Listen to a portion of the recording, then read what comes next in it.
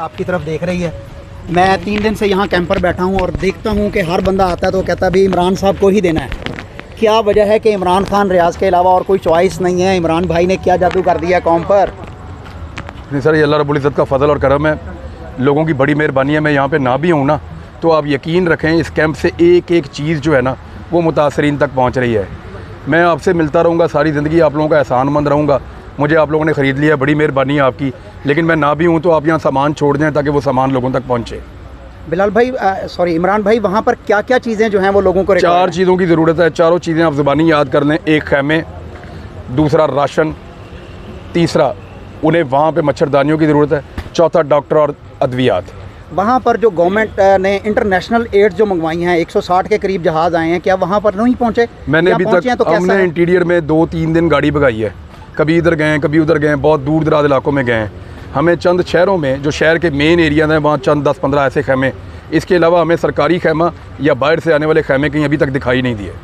तो जो प्राइवेट तंजीमें उनके बेशुमार लगे हुए हैं। ठीक है, यानी मैं वहाँ पे देखता हूँ तो जो प्राइवेट लोग काम करने वाले हैं, अखूबत वाले, अलखिदमत वाले और बहुत सारी तंजीमें, JDC वाले या बाकी, उनके सबके मुझे नज़र आते हैं। मुझे वहाँ पे गवर्नमेंट के बहुत कम नज़र आते हैं। जनूबी पंजाब में मुझे बिल्कुल नज़र आए हैं, वहाँ झूठ नहीं है। इसके अलावा मुझे डेरा इस्माइल खान में भी नज़र आए हैं। सिंध में मुझे शहरी इलाकों में थोड़े बहुत नज़र आए हैं, लेकिन जितनी बड़ी इमदाद बताई जाती है ना वो कहीं नहीं है, वो अब गोदामों से निकल रही है। अभी जज साहब ने छापा मारा है वहाँ पे सिंध में, नसीराबाद के इलाके में, वहाँ से उन्होंने 1500 खैमा जो UAE से आया वो निकाला है वहाँ से। वो उधर क्या कर रहा है खैमा? भाई बाहर लगाओ, लोग धूप में सड़ रहे हैं बेचारे। वो तो कहते हैं कि हम हेलीकॉप्टर से जो है वो खुराक फेंच रहे हैं। आपके सामने के वज़ीर आज़म सर आप ऊपर से जाते हैं और खुराक फेंक के आते हैं और वो पहुँचती नहीं है। ऐसे नहीं होता सर, ऐसे नहीं होता। ये 15 किलो का बैग आपको छोटा बनाना पड़ता है। वो फ़ौज के पास एक ऑपरेशन है, लेकिन वो सिर्फ उन इलाकों का था जहाँ पे पहले लोग नहीं जा सकते थे। अभी एक्सेस कुछ हद तक बन गई है, थोड़े से एरियाज रह गए हैं। अब ये हेलीकॉप्टर से खुराक फेंकने का नहीं, लोगों को एडजस्ट करके उन तक खुराक पहुँचाने का मामला। ज़मीन पर आएँ, उनके पास जाएँ, उनको इकट्ठा करें, उनको खैमों में रखें, उनको दवाइयाँ दें, उनको डॉक्टर दें, उनको खुराक दें। उनको अब वहाँ पे इन्होंने सारी ज़िंदगी पाकिस्तान को पाला है, थोड़ा आप भी इनको पाल लें। अल्लाह पालने वाला है, लेकिन आप ख्याल रख लें इनका। इमरान भाई, इस वक्त जो दादू का ज़िला है उसको तो चारों तरफ से पानी ने घेर लिया है। दादू, तो कैसे वहाँ पर हम जो कुछ भी अब इकट्ठा कर रहे हैं, जो भी यहाँ पे हमारी मदद करने आ रहा है, ये दादू के लिए है। हम ये ट्रेंडिंग भी कर रहे हैं कि सेफ दादू, दादू को बचाइए। वहाँ कोई खुदा ना खास्ता इंसानी अलमिया ना हो जाए।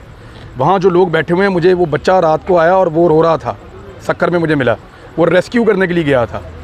वो बच्चा जैसे कोई बंदा टूट नहीं जाता, वो मुझे कह रहा था कि भाई लोगों के बाल ब्राउन हो गए हैं धूपों में बैठ बैठ के, ऐसी हालत हो गई है। हर आदमी का जिस्म और हाथ कांपते हैं।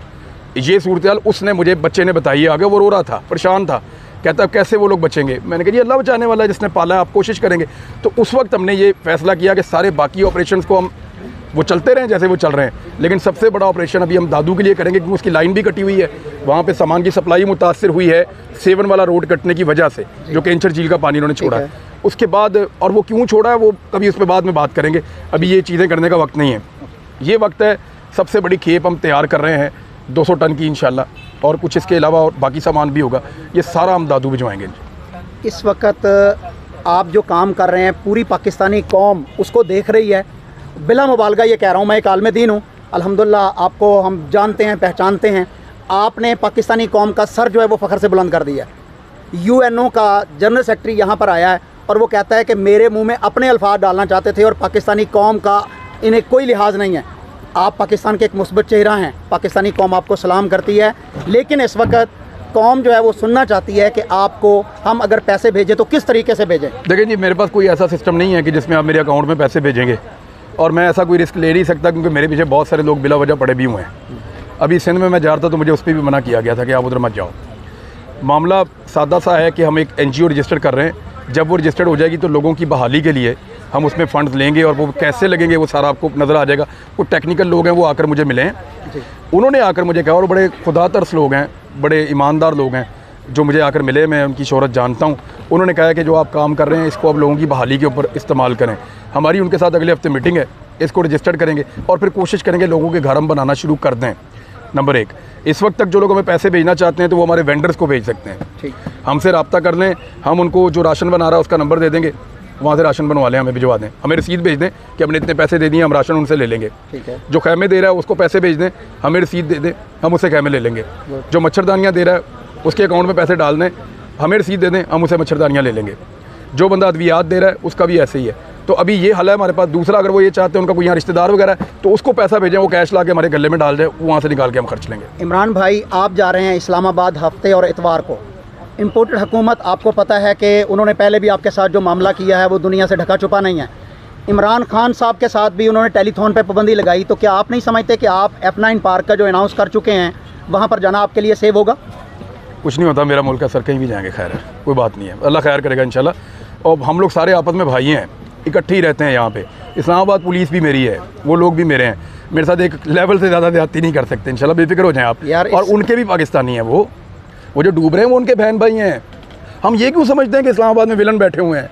हम ये क्यों समझते हैं कि वो सिंध के अंदर विलन बैठे हुए हैं? सोच का फ़र्क है, ठीक हो जाएगा इंशाल्लाह सारा कुछ भाईजान। सर, 9 अप्रैल के बाद आज तक जो किरदार आ रहा है वो तो विलन का ही आ रहा है। कोई बात नहीं। यहाँ तक कि आपको इस्लामाबाद टूल प्लाजा से रोका गया और जिस तरह उन्होंने गिरफ्तार किया, पूरी कोई बात नहीं सर, ये वक्त अभी भी हम ये समझ रहे हैं कि आप रावलपिंडी में अपना कैंप लगाएं, कौम वहाँ पर देखें मौलाना साहब, वो वक्त गुजर गया ना, वक्त ये भी गुजर जाएगा इंशाल्लाह गुजरेगा। कुछ नहीं होता, कुछ भी नहीं होता, अल्लाह खैर करेगा, इतना जालिम कोई नहीं है। सब लोग अपने मुल्क के लिए, अपने हमवतनों के लिए, सबके दिल के अंदर तकलीफ़ है। आज हमारे लोग जाकर इस्लामाबाद इंतज़ामिया से मिले।